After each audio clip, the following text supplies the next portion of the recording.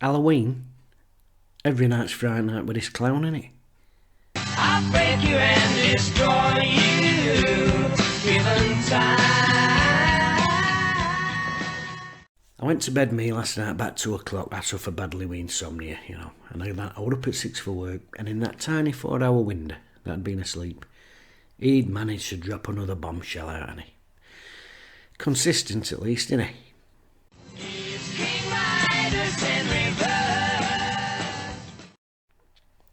Another bombshell. I'm talking on Sunday to somebody, and I said, what a great result. Everything's a bit more positive. And he says, oh, get ready, because he'll drop some bad news in. He always waits till everyone's on a high and tries to sneak it in there.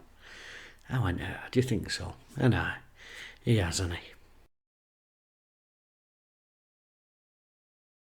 And the news is, as we knew the other night, that he'd not paid the taxman, HMRC, he owed him money, we didn't know how much. That's now been revealed by him in an interview we did with Joe and Alex from Star. 2 million quid. Is he going to pay it off? Well, no. He's come up with a solution to that. He wants somebody else to pay it off. And who?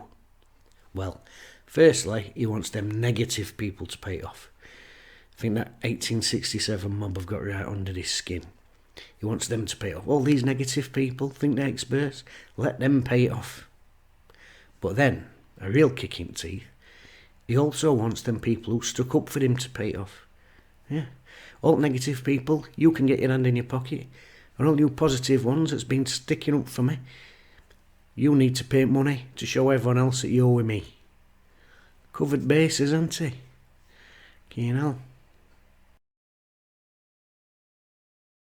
Is it a serious threat or is it posturing? Well, it's probably a bit of both. But when it comes to threat, there's two types of threat in my book. There's what I call real threat, and there's what I call Chancery's threats, and they're not really the same thing.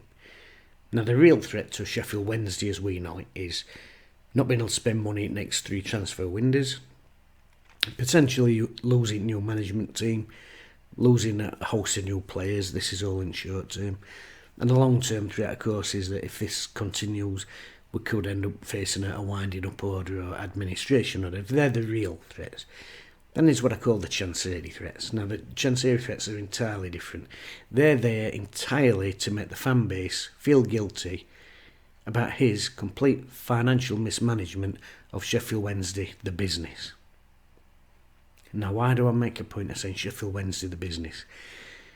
It's because I don't think he really understands yet that they're two different things. He's always raking this thing up as, you think you own the club and say I'm the custodian, but actually I own the club and you're just the people who pay on the gate and the customers and this and that. And the difference is, what he don't understand is, he owns Sheffield Wednesday, the business. He owns Sheffield Wednesday, the fabric, the materials. What he can't twig and has never twigged is that when we say it's our club, we mean Sheffield Wednesday in its purest form. Because Sheffield Wednesday isn't about the concrete rot in the North Stand. And as much as I love it, it's not about that lovely golden ball in top at South Stand Road. No, Sheffield Wednesday is an idea. Sheffield Wednesday is a collection of shared emotions and memories that hundreds of thousands of us had from 1867 right up to the modern day, and a collection of memories and ideas and ideals that will stretch on long after we're all dead through the DNA of our grandkids and great-grandkids. That's what Sheffield Wednesday is. It's collective emotions and memories and thoughts and aspirations. That's what Sheffield Wednesday is. Now, unfortunately for him, he doesn't get that. He thinks Sheffield Wednesday is the superstore and the clock in the South Stand roof and the big telly above the control room. He thinks Sheffield Wednesday is buying a ground and then having to sell it to his wife and put it in her name or whatever. But he thinks Sheffield Wednesday is the fabric. He thinks it's the material that he's bought. He don't get that it's about the heart and the collective shared emotions and memories and aspirations. But the idea of Sheffield Wednesday is the heart of Sheffield Wednesday. That's what it actually is. And he's never quite twigged that.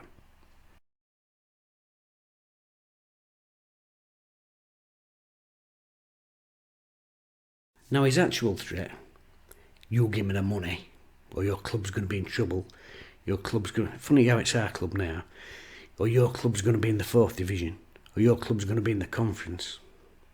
I don't think that's quite the threat that he thinks it is. I'm nearly half a century old. 3/4 of my lifetime, Sheffield Wednesday have been in the lower leagues. There's been a tiny window in my life when we've been in the top flight. In fact, huge swathes of our fan base have never seen Wednesday in top flight. There's been people born and died without never seeing Wednesday in top flight. So his threat that you might be at 4th division or conference. And you know what'll happen if we went into 4th division tomorrow? We'd sell season tickets. You know what'd happen if we went into conference tomorrow, or even North East Counties Premier League? We'd sell season tickets, and we'd sell our away grounds up and down land, or all over county, whatever it is. And even if we ended up in Blade Super Draw League, we'd still have people having season tickets. We'd still have people going and supporting home and away, because Sheffield Wednesday's an idea. It's not the threat that he thinks it is. There will always be a Sheffield Wednesday, whatever fuck-ups he makes to the business of Sheffield Wednesday. Might be that we're reborn, a phoenix from the flames, AFC Wednesday, but the collective memories that we've all got together, the collective history that we all share, will just carry on, and that new Wednesday will become part of that history, as will he. A tiny little dot like that in 20 years' time. That's what he'll be in the history of Sheffield Wednesday.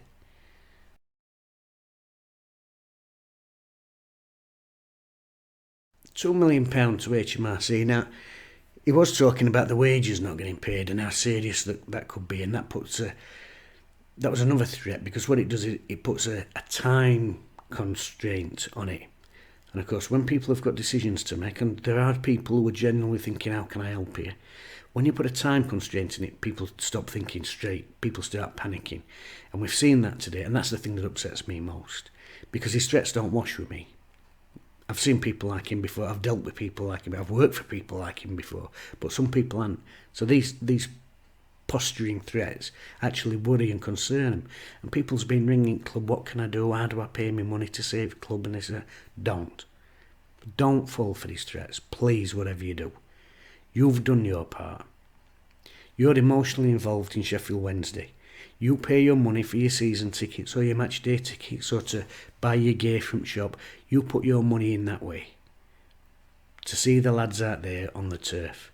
The business side of it is his to look after. And if he fucks it up, that's on him. And he has fucked it up several times, despite people offering help.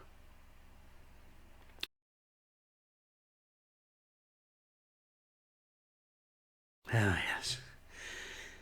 Offering help. The other week, you think you're experts? You show me how it's done. But that's not what he means, is it? Now, if I said, I'm struggling here, show me how it's done. Oh, I know. Jim, I'll come and show you. Great, show me how to do it. But when he says show me how it's done, he don't actually mean that. What he means is, and this is that thing again, where he can't differentiate between the idea and the collective spirit of Sheffield Wednesday and what it means, and the business and the fabric and material of Sheffield Wednesday. He wants, when he says, come and show me how it's done, people to put in the same money as he's put in, but still leave him in sole charge of the decision making. That's what he means. You match what I put in, but I'll still make all decisions. Mainly bad ones. That's what he means. Because the thing is, Sheffield Wednesday is a fan base. Look at Sunday. 25,000 people in the ground. There might be another 10,000 who can't get because they're at work, or they're ill in hospital, or they're getting married, or whatever it is. Expat Wednesday fans all over the world, and even people who've been born in other countries and adopted Sheffield Wednesday. Within that huge fan base, which will encapsulate hundreds of thousands of people, there will be experts in every single field imaginable.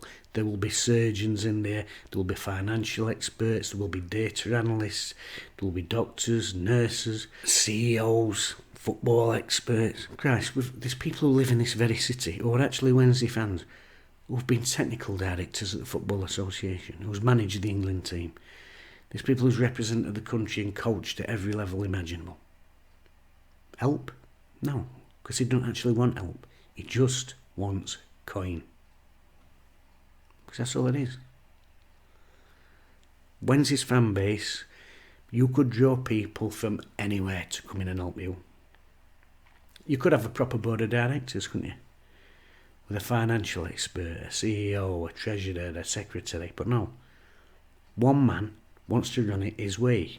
And he's done it his way. And his ballsed it up several times.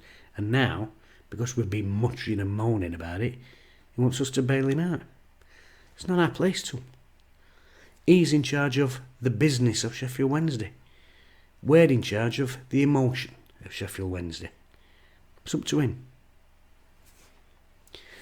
Is he serious in his threat? And this £2 million cash flow problems. That's an interesting one, isn't it? Cash flow problems. Now, if he'd had a good relationship with Wednesday fans from the start, if he'd come in, put a board of directors, if he'd said from the start, I don't know what I'm on about, I need some help, there must be experts in Wednesday fan base, and people had come forward, I'm brilliant at this, I can do this, I'm a successful businessman. He could have done that, and then if we'd lost money, or hemorrhaged money, or unfortunate incidents had occurred that meant there was cash flow issues, but people had got the trust in him, and thought, oh, this poor bloke, he's put money in, and this has happened, and then he asked for 2 million, I genuinely think people would say, yeah, we'll all chip in. I'll get you back next month, and I'll chuck you in all a free shirt. I think they would. But we haven't got that sort of relationship with him. Because all the way down the line, it's been mistake after mistake. He's taken zero responsibility for any of those mistakes. And when those mistakes have been mentioned, like any barrack room lawyer, he tries to flip it and say, well, what about you? Why aren't you doing it? It's just cheap bullying tactics. And that's where I do feel sorry for some people. Because like I said, Waterford ducks back to me. He'll not get a penny out of me. He will not get a penny out of me. I don't care. Because I know there'll always be a Sheffield Wednesday because of what it is. It's a feeling and a shared emotion. He don't get that, so he makes threats. And some people, because it is an emotional thing, because it is an emotional connection to your memories with your family and your friends and the generations going back and going out there and watching lads and your memories of matches and players and all that collective history, because it means so much to people and it's such escapism for people. They've been genuinely worried, they've been ringing the club, how can I pay and help? Please don't. It's not your place. Not your place to bail him out. Do not feel bad. You will always have a Sheffield Wednesday in some form or other. Now it might be in conference, it might be in 4th Division, it might be in Sunday League, but there will always be a Wednesday. Don't fall for these threats.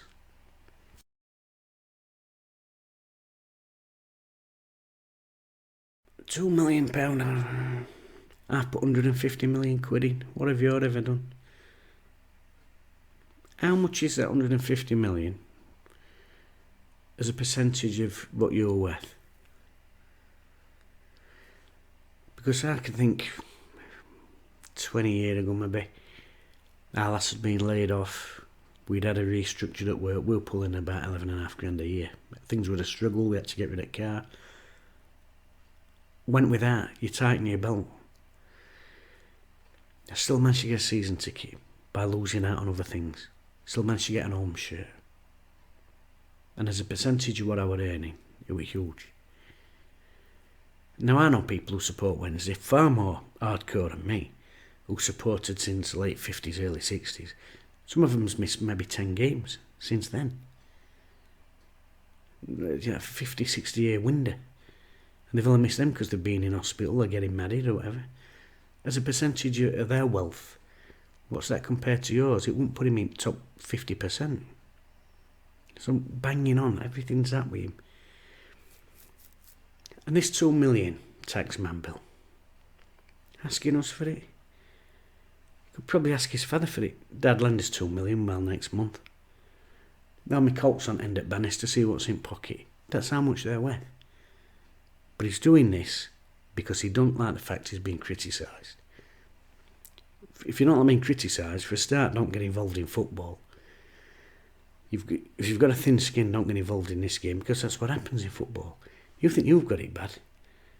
Players take far worse. Far worse. A goalkeeper that drops a catch.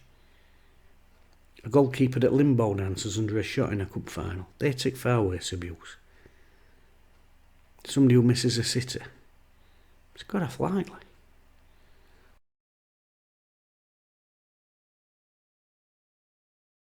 As I said, in the short term, people worried about keeping Danny Roll, keeping players, staying in division, whatever it is.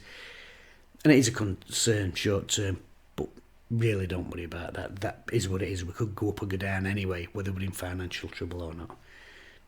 People worry about administration. Well, Leeds went into administration. What did they pay back? Was it 80p in every £10? And of course Leicester did, and that cost them... oh no, it didn't. It wiped slate clean and they won title. Southampton, no, they went into administration and they ended up with, what's it, one of the best academies in country because they got a clean slate.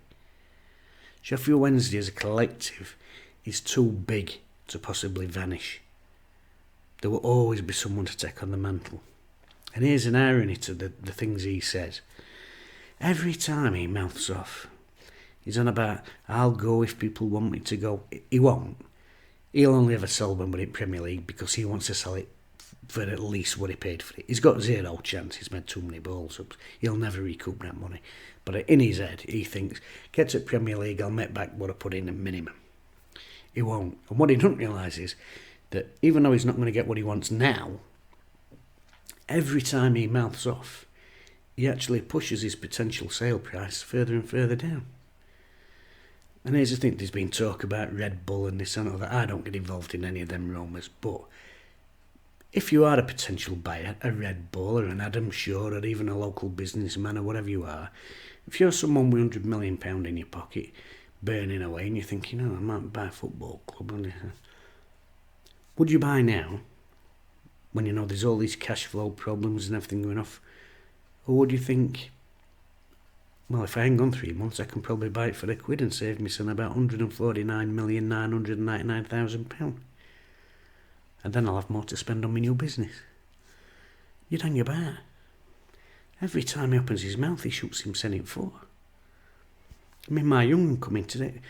Daddy, pocket money. Mummy ain't got any change. I said, what do you want, sweetheart? It's £1 for little chores I've done. I went, there you go. What you can spend that on? Might get me sent some sweets. I said, oh, there you go then. And I thought, I says, hang on. If you wait 3 months, you might be able to buy a football club with that £1. Because that's the way he's sending us. But don't want fans to panic about that. In some shape or form, there'll always be a Wednesday. And it might not play at Hillsborough, because we don't own that ground.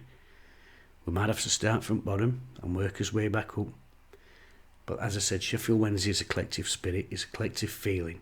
It's shared memories and history. All the way back to 1867, that same year when first stone went down at Royal Albert Hall.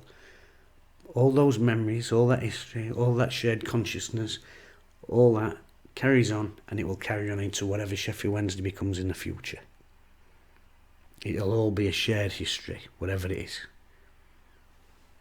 We've moved grounds before, we've changed name before, we've even played in different kits, whatever. There'll always be a Wednesday. Don't worry about that. Don't let that man's threats make you think there ever won't be a Sheffield Wednesday. That combined shared history will carry on, long after we're all dead and gone, just like it started before we were all born. And he'll be part of that history. In about 20 years, he'll be a little dot like that in that history that will be largely forgotten. Don't let his threats make you do more than you have to. You do your bit by getting in there and supporting lads and paying for your match day tickets, the highest in the country. You do your bit. Let him worry about his bit.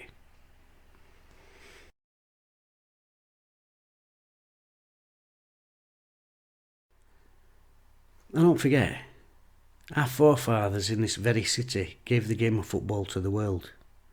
So don't let this Wazik's threats bother you. Don't bother me. You'll not be getting a penny out of me. It don't scare me, and it shouldn't scare any other Wednesday fan. Because there'll always be a Wednesday, whatever he says.